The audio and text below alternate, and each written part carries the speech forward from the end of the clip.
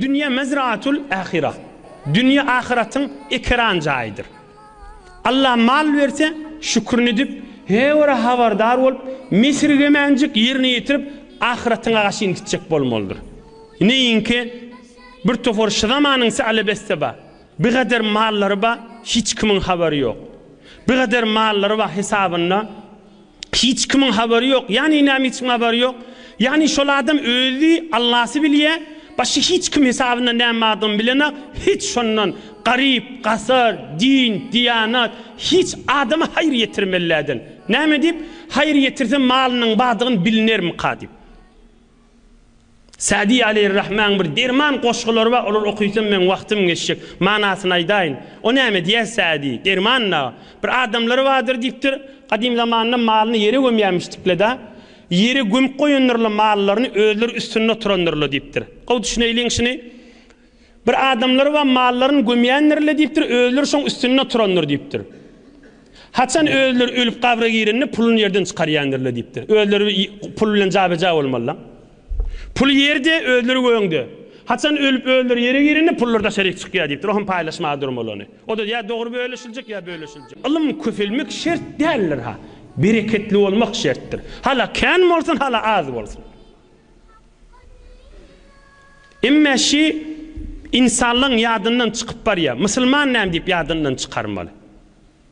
Ne deyip bir ovalarda hey den uriyeli, ne mekten uriyeli, üşür zekat yığınacak biz yol verecek deyip. Hey üşür zekat bilen yol vecerip boliyem. Hey şeriatta bazı atmışı. Meger üşür zekat garibin hakkı değil mi? Yetimin hakkı değil mi? Günaylanman duran adamın hakkı değil mi? Allah Teala Kur'an-ı Kerim'de innemes sadakatu lil fukarai vel mesakin vel amilin aleyha vel muallafati kulubuhum ve fir riqabi vel garimin ve fi sabilillah ve binis sebil faridaten min Allah. Hudaya o zatlar etmeler garip, kasar, miskin bir özünün vermeli adamlarına vermeliği var diye. O ona vermeli amana, o da ona vermeli, garipten aylap yola harcetmeli. Ne deyip el hayır etmeliler yolun çüreyim. Ne deyip el hayır diyen zat yattan çıkıp gitmeli. Ne deyip günmüğün azalmalı.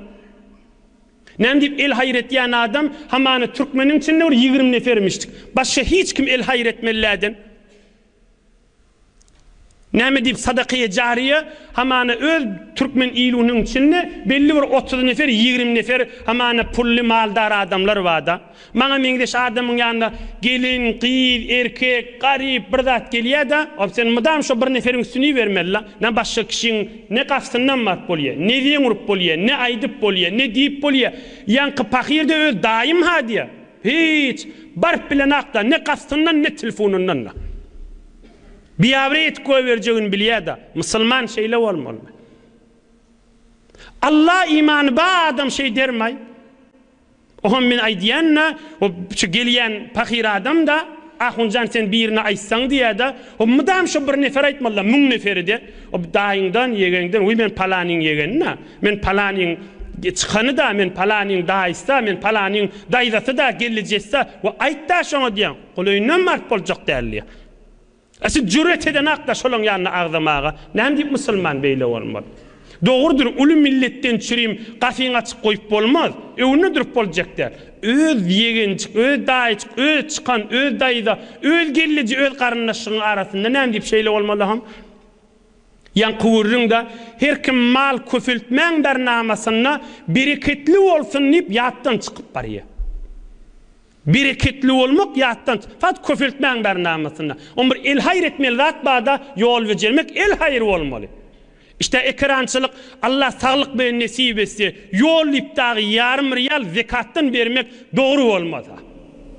Garibin hakkıdır, yetimin hakkıdır, ecizin hakkıdır. Hudaya ayet ya Kur'an-ı Kerim'de.